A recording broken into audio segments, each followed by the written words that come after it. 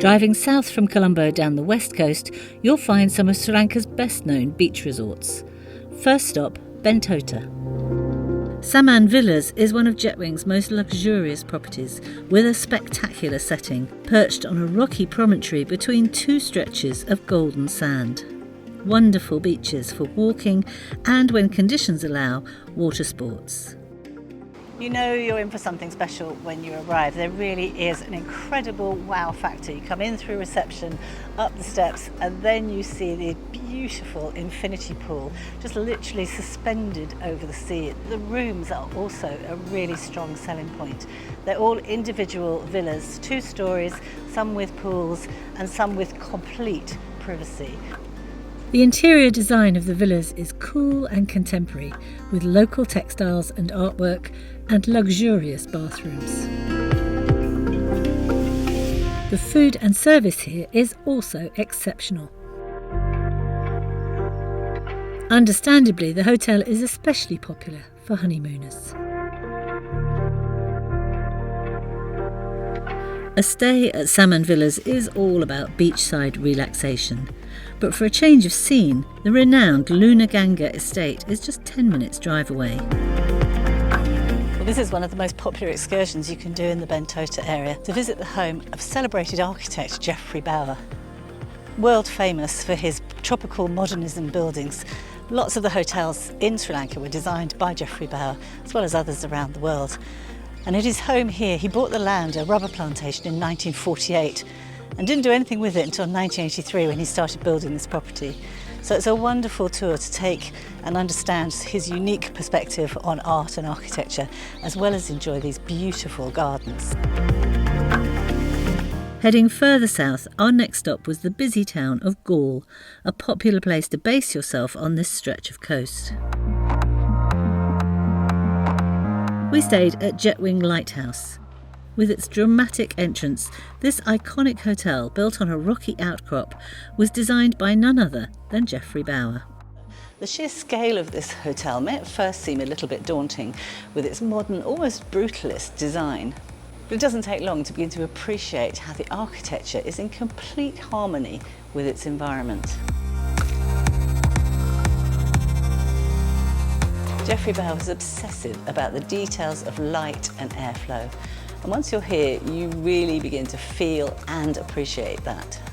The 86 rooms are spread across 3 blocks, arranged around 2 large swimming pools and expansive lawned gardens. There's also a spa, gym and a choice of restaurants. This is the Coat of Arms bar, one of several bars in the hotel. And when you look around, you'll find more than a few hints that this is the preferred hotel for teams visiting to play at the Galle Cricket Stadium.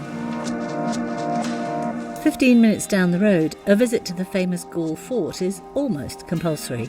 Allow at least 3 hours to explore with a local guide who can unpeel the layers of history spanning Portuguese, Dutch and finally British rule.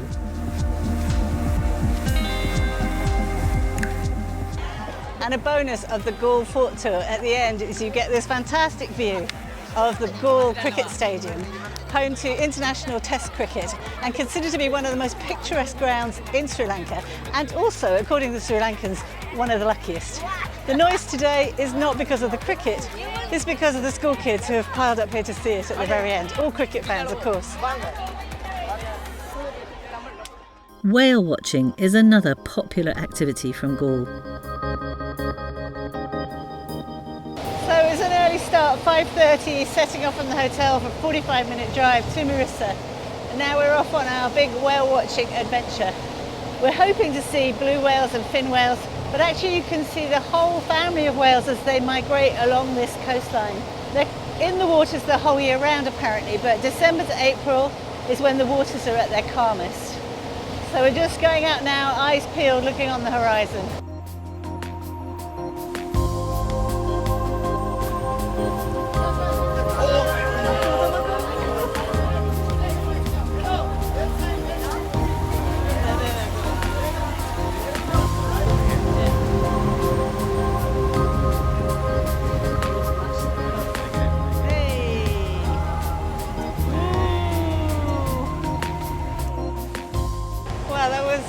exciting. We saw blue whales probably at least a dozen times. It's so thrilling to see them come up out of the water.